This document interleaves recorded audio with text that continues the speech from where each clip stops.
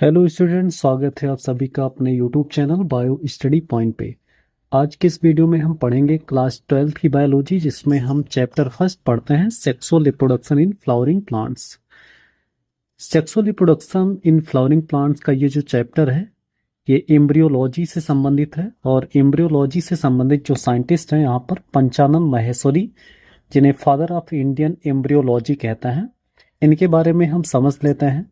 इनका जीवन काल 1904 से 1966 है और इनका जन्म 1904 में हुआ था। कहाँ पर? जयपुर, राजस्थान में। He worked on embryological aspects and popularized the use of embryological characters in taxonomy. इन्होंने एम्ब्रियोलॉजिकल एस्पेक्ट पर काम किया और ये जो है पॉपुलराइज्ड हुए थे जब इन्होंने टेक्सोनॉमी में एम्ब्रियोलॉजिकल कैरेक्टर को यूज किया था। यानी जब टेक्सोनॉमी चल रहा था जिसमें प्लांट्स का क्लासिफिकेशन था, तो उस क्लासिफिकेशन में एम्ब्रियोलॉजिकल कैरेक्टर्स को यूज करने वाले ये साइंटिस्ट थे। इनकी दो बुक है। पहली बुक का नाम है an introduction to the embryology of angiosperms. उसके बाद recent advances in the embryology of angiosperms. तो इनकी दो बुक है, ये आपको याद रखना है। उसके बाद हम आते हैं यहाँ पे flower, a fascinating organ of angiosperm. Flower के बारे में है। Flower are object of aesthetic, ornamental, social, religious and cultured value. Flower ऐसा ऑब्जेक्ट है जो सजावटी या सजावट के रूप में, सामाजिक रूप में या धार्मिक रूप में या किसी सांस्कृतिक रूप में यूज किया जाता है। They have also been used as symbols for conveying important human feelings such as love, affection, happiness, grief, mourning, etc. मतलब ये डिफरेंट टाइप के सिंबल्स को कॉन्वे करता है।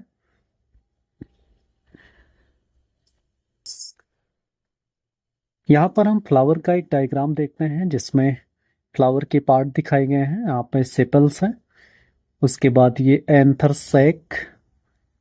सैक और फिलामेंट है, ये स्टेमन है, उसके बाद पेटल्स, और ये एंथर सैक है, और बी क्या है? स्टिग्मा है, बी स्टिग्मा है।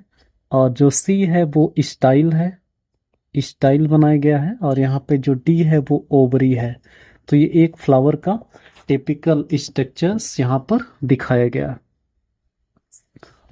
Pre fertilisation structure and events.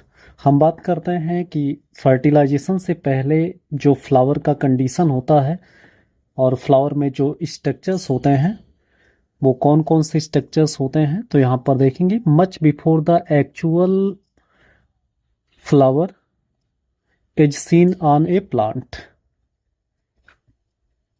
पौधे पर एक्चुअल फ्लावर सबसे पहले दिखाई देते हैं, जिसमें यहाँ पे 4 होल्स होते हैं। चारों होल्स में कैलिक्स हो गया, करोला हो गया, एंड्रोसियम और गाइनीसियम। यहाँ पर कैलिक्स की बात करें तो ये जनरली किस कलर के होते हैं? तो ये ग्रीन कलर के होते हैं। और इनका काम क्या होता है? ये प्रोटेक्शन का काम करते हैं, फ्लावर को प्रोटेक्शन देते हैं। प्रोटेक्शन के साथ साथ ये फ्लावर को एनक्लोज रखते हैं, बंद रखते हैं। तो ये फंक्शन हो जाता है कैलिक्स का। और इसकी यूनिट मतलब इसकी एक पत्ती को सेपल्स कहा जाता है। इसकी एक पत्ती को क्या कहा जाएगा? सेपल्स। ऐसे करोला की बात करें तो ये जनरली क्या होते हैं? ये कलर्ड होते हैं, ये कलर्ड होते हैं। और ये जो है इंसेक्ट को अट्रैक्ट करते हैं। इंसेक्ट को क्या करेंगे? अट्रैक्ट करेंगे, अट्रैक्ट करते हैं, जिससे इंसेक्ट पॉलिनेशन होता है। उसके बाद एंड्रोसियम की बात करें तो ये जो है, हाँ, यहाँ पे करोला की यूनिट की बात करें तो करोला की यूनिट क्या होती है? पेटल्स होती है। एंड्रोसियम क्या होता है? ये मेल सेक्स ऑर्गन है। फ्लावर का कैसा ऑर्गन है? ये मेल सेक्स ऑर्गन है। और इसकी यूनिट क्या होती है? तो इसकी यूनिट जो है वो स्टेमेन होती है। इसकी यूनिट क्या होगी? स्टेमेन होती है। उसके बाद गाइनीसियम क्या है? ये फीमेल सेक्स ऑर्गन है। फ्लावर का क्या है? ये फीमेल सेक्स ऑर्गन है। और फीमेल सेक्स ऑर्गन जिसकी यूनिट क्या होती है? जिसकी यूनिट पिस्टिल या कार्पल्स होती है। पिस्टिल ORR, इसे कार्पल्स भी कहते हैं। तो इस तरह से ये फ्लावर के चारों पार्ट्स होते हैं। नेक्स्ट हम देखते हैं यहाँ पे stamen, microsporangium and pollen grain. इन तीनों के बारे में हमें पढ़ना है। तो सबसे पहले हम स्टेमेन की बात करते हैं। स्टेमेन जो है वो फ्लावर के मेल सेक्स ऑर्गन यानी एंड्रोसियम की यूनिट होती है। ए typical stamen shows two parts. किसी भी टिपिकल स्टेमेन में मेनली दो पार्ट दिखाई देते हैं। पहला है एंथर, दूसरा है फिलामेंट। एंथर क्या होता है? ये टर्मिनल जनरली बाइलोब्ड स्ट्रक्चर होता है। ये जो टर्मिनल वाला पार्ट है यहाँ पर, ये क्या होता है? एंथर होता है, जो बाइलोब्ड होता है। उसके बाद ये जो नीचे वाला ये पूरा स्ट्रक्चर्स यहाँ से लेकर यहाँ तक, ये क्या होता है? फिलामेंट होता है। तो दो पार्ट्स होते हैं। अब यहाँ पर हम बात करें कि यहाँ पे ये जो एंथर होता है, इस एंथर में टोटल कितने लोब्स होते हैं? तो यहाँ पर टोटल जो है यहाँ पे 2 लोब होते हैं। यहाँ पे अगर हम 20 से इसको डिवाइड करें तो इसमें मेनली 2 लोब होते हैं। और प्रत्येक लोब में कितने चैम्बर होते हैं? यहाँ पे 2 चैम्बर होता है। तो टोटल कितने चैम्बर हो जाते हैं? 4 चैम्बर। तो 4 चैम्बर, प्रत्येक चैम्बर को माइक्रोस्पोरेंजिया कहते हैं। और यही माइक्रोस्पोरेंजिया जब इसके अंदर पोलन ग्रेन बन जाते हैं तो इसे पोलन सैक के नाम से जानते हैं। और पोलन ग्रेन का निर्माण इसी पोलन सैक के अंदर जब होगा तो वो पोलन सैक डिफरेंट टाइप के फ्लावर्स में उनका शेप अलग अलग होगा, साइज अलग होगा और उनका नंबर भी कम ज़्यादा होता है। तो यहाँ पर हम बात करते हैं माइक्रोस्पोरेंजिया की। The anther is a 4 sided यानी टेट्रागोनल स्ट्रक्चर होता है, जिसमें 4 माइक्रोस्पोरेंजिया लोकेटेड होते हैं। कहाँ पर? कार्नर्स पर यानी कोने पर। आप देख पा रहे हैं एक माइक्रोस्पोरेंजिया ये हो गया, ये दूसरा हो गया, ये तीसरा हो गया और ये चौथा हो गया। तो यहाँ पर टोटल कितने माइक्रोस्पोरेंजिया हो जाएंगे? 4। 2 इन ईच लोब, मतलब एक लोब में कितने हो जाएंगे? 2। तो 2 लोब वाला स्ट्रक्चर्स है और प्रत्येक लोब में 2-2 माइक्रोस्पोरेंजिया पाए जाते हैं। The microsporangia develop further and becomes pollen sac. ये जो माइक्रोस्पोरेंजिया है ये आगे जब इसका डेवलपमेंट होगा तो ये क्या बना लेते हैं? पोलन सैक्स बना लेते हैं। और pollen sac packed with pollen grains. जो पोलन सैक होगा उसमें क्या पाए जाएंगे? पोलन ग्रेन्स पाए जाएंगे। पोलन ग्रेन का डेवलपमेंट होता है। अब यहाँ पर हम इसका ट्रांसवर्स सेक्शन अगर कट करते हैं टीएस ऑफ एंथर सैक, तो in a transverse section of anther sac shows 4 microsporangia. यहाँ पे कितने माइक्रोस्पोरेंजिया दिखाई देंगे? 4 माइक्रोस्पोरेंजिया दिखाई देते हैं। Each microsporangia generally surrounded by 4 wall layers. प्रत्येक माइक्रोस्पोरेंजिया कितने वॉल लेयर से सराउंडेड होंगे? 4। चारों का नाम क्या होगा? एपिडर्मिस है, एंडोथीसियम है, मिडिल लेयर है और टैपिटम है। यहाँ पर जो एपिडर्मिस है ये सबसे बाहर की लेयर है और ये क्या होती है? ये प्रोटेक्टिव होती है। ये क्या होगी? प्रोटेक्टिव होती है। एंडोथीसियम जो है एपिडर्मिस के नीचे पाया जाता है। और एंडोथीसियम की खासियत ये है कि इसके सेल्स में क्या मिलता है? इसके सेल्स में फिब्रस बैंड पाया जाता है। क्या मिलेगा? Fibrous band. और फिब्रस बैंड जो है वो किस नेचर के होते हैं? तो ये हाइग्रोस्कोपिक इन नेचर होता है। हाइग्रोस्कोपिक इन नेचर होते हैं और हाइग्रोस्कोपिक इन नेचर होंगे और इनका काम क्या होगा? तो ये हेल्प करते हैं किसमें? Help in dehiscence of mature anther sac. Dehiscence of mature anther sac. यहाँ पे मैच्योर एंथर सैक के डेहिसेंस में ये हेल्प करते हैं। नेक्स्ट है मिडिल लेयर्स। मिडिल लेयर्स को देखते हैं तो ये 2 या 3 लेयर्स का बना होता है और ये आगे चल कर के क्या हो जाता है? डिजनरेट हो जाता है। ये डिजनरेट हो जाता है। सबसे अंदर की जो लेयर है वो टैपिटम लेयर होती है। टैपिटम लेयर होती है और ये जो इसके सेल्स होते हैं वो बाई न्यूक्लिएट होते हैं। इसके सेल्स कैसे होंगे, बाइन्यूक्लिएट होते हैं। और इसके सेल्स में वो सभी एंजाइम और हार्मोन्स होते हैं जो पॉलन ग्रेन के डेवलपमेंट के लिए जरूरी होते हैं। यानी टेपिटम लेयर का काम क्या होता है, ये न्यूट्रिशन प्रोवाइड करता है। क्या करेगा, ये न्यूट्रिशन देगा। किसको न्यूट्रिशन देता है, तो ये डेवलपिंग पॉलन ग्रेन को, डेवलपिंग जो डेवलप कर रहे पॉलन ग्रेन होते हैं उसको क्या देगा, ये न्यूट्रिशन। डेवलपिंग पॉलन ग्रेन को न्यूट्रिशन देता है। तो इस तरह से ये चारों लेयर होते हैं। यहाँ पर डायग्राम में आप देख सकते हैं इस पॉइंट को। यहाँ पे ये क्या है, ये 4 माइक्रोस्पोरेंजिया है। यहाँ पे 1 2 3, ये सर्कुलर इन आउटलाइन होते हैं माइक्रोस्पोरेंजिया। अब इस माइक्रोस्पोरेंजिया में आप देख पाते हैं सबसे बाहर क्या है, एपिडर्मिस है। एपिडर्मिस के अंदर एंडोथीसियम है। एंडोथीसियम के अंदर यहाँ पे ये टेपिटम लेयर है और टेपिटम के अंदर यहाँ पर स्पोरोजिनस टिश्यू है। स्पोरोजिनस टिश्यू में ही क्या पाए जाते हैं, पॉलन ग्रेन मदर सेल, या जिसे माइक्रोस्पोर मदर सेल कहते हैं। यहाँ पर इसको डायग्राम को यहाँ दिखाया गया है, एपिडर्मिस है, फिर उसके नीचे एंडोथीसियम। ये जो एंडोथीसियम वाला लेयर है, इसके सेल्स में क्या मिलेगा, फिब्रस बैंड पाया जाएगा। इसके सेल्स में फिब्रस बैंड पाया जाएगा और फिब्रस बैंड के द्वारा ही इसका जो वाल है मैच्योर होने पर फट जाएगा और पॉलन ग्रेन बाहर निकल जाएंगे। उसके बाद यहाँ पे ये जो स्पोरोजिनस टिश्यू है उसमें तमाम माइक्रोस्पोर मदर सेल पाए जाते हैं, जिसे पॉलन ग्रेन मदर सेल भी कहता है। यहाँ पे ये पॉलन ग्रेन मदर सेल होंगे या जिसे माइक्रोस्पोर मदर सेल कहेंगे। और इसी में क्या होता है, इसी में जब मियोसिस होगा, यहाँ पर आप देख पाते हैं, इसी में जब मियोसिस होगा तो बहुत सारे पॉलन ग्रेन्स बनता है।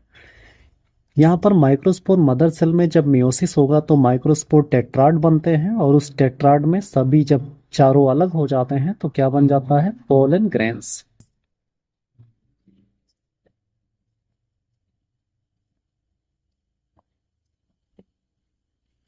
नेक्स्ट है माइक्रोस्पोरोजेनेसिस। आपने फिगर में यहाँ पर देखा होगा कि वहाँ पर स्पोरोजिनस टिश्यू होते हैं और स्पोरोजिनस टिश्यू में माइक्रोस्पोर मदर सेल होता है। ये तो यहाँ पर आप देखेंगे कि एक जो है microspore mother cell, microspore mother cell होंगे, माइक्रोस्पोर मदर सेल, या इसको एक नाम से और भी जानते हैं, इसे कहते हैं pollen grain, pollen grain mother cell. Pollen grain mother cell ये टेपिटम लेयर के अंदर पाया जाता है। और इसमें क्या बनता है, तो यहाँ पर आप देखेंगे इसमें होता है क्या, मियोसिस। कौन सा डिवीजन होगा, मियोसिस होगा। और मियोसिस होने से यहाँ पर क्या बनेगा, माइक्रोस्पोर टेट्राड बनेगा। अब जो माइक्रोस्पोर टेट्राड है उसमें यहाँ पे 4 माइक्रोस्पोर होंगे कुछ ऐसे। बाद में इनमें क्या हो जाएगा, सेपरेशन, जिससे यहाँ पर ऐसे पॉलन ग्रेन क्या हो जाएंगे, 4 पॉलन ग्रेन ये सेपरेट हो जाएंगे। तो यहाँ पर क्या बन जाएगा, पॉलन ग्रेन, ये पॉलन ग्रेन बन जाएंगे। तो इस तरह से ये माइक्रोस्पोरोजेनेसिस होता है। तो यहाँ पर अगर हम बात करें कि सबसे पहले एक क्या होगा, यहाँ पे पॉलन ग्रेन मदर सेल, जिसे PMC कहता है। तो पॉलन ग्रेन मदर सेल में यहाँ पर क्या होगा, मियोसिस। यहाँ पर क्या होगा, मियोसिस होता है, मियोसिस। मियोसिस फर्स्ट होगा तो एक पॉलन ग्रेन में यहाँ पर क्या बनेगा, पॉलन ग्रेन मदर सेल में यहाँ पे 2 सेल बन जाएगा, 2 बन जाएगा। और 2 से फिर जब मियोसिस सेकेंड होगा, जब मियोसिस सेकेंड होगा तो 2 से कितना बन जाएगा, यहाँ पे ये 4 बन जाएगा। तो इस तरह से ये क्या बन जाता है, ये माइक्रोस्पोर टेट्राड। ये क्या बन जाएगा, माइक्रोस्पोर, माइक्रोस्पोर टेट्राड बन जाएगा, माइक्रोस्पोर टेट्राड। यहाँ पर जैसे ही न्यूक्लियस डिवाइड होता है तुरंत वाल का फॉर्मेशन होगा। जैसे ही न्यूक्लियस डिवाइड होगा तुरंत वाल का फॉर्मेशन होता है। तो इस प्रकार की माइक्रोस्पोरोजेनेसिस को हम किस प्रकार का माइक्रोस्पोरोजेंसिस कहेंगे? इसे हम कहते हैं क्या? Successive method. कौन सा मेथड हो जाएगा? सक्सेसिव मेथड हो जाएगा, सक्सेसिव मेथड।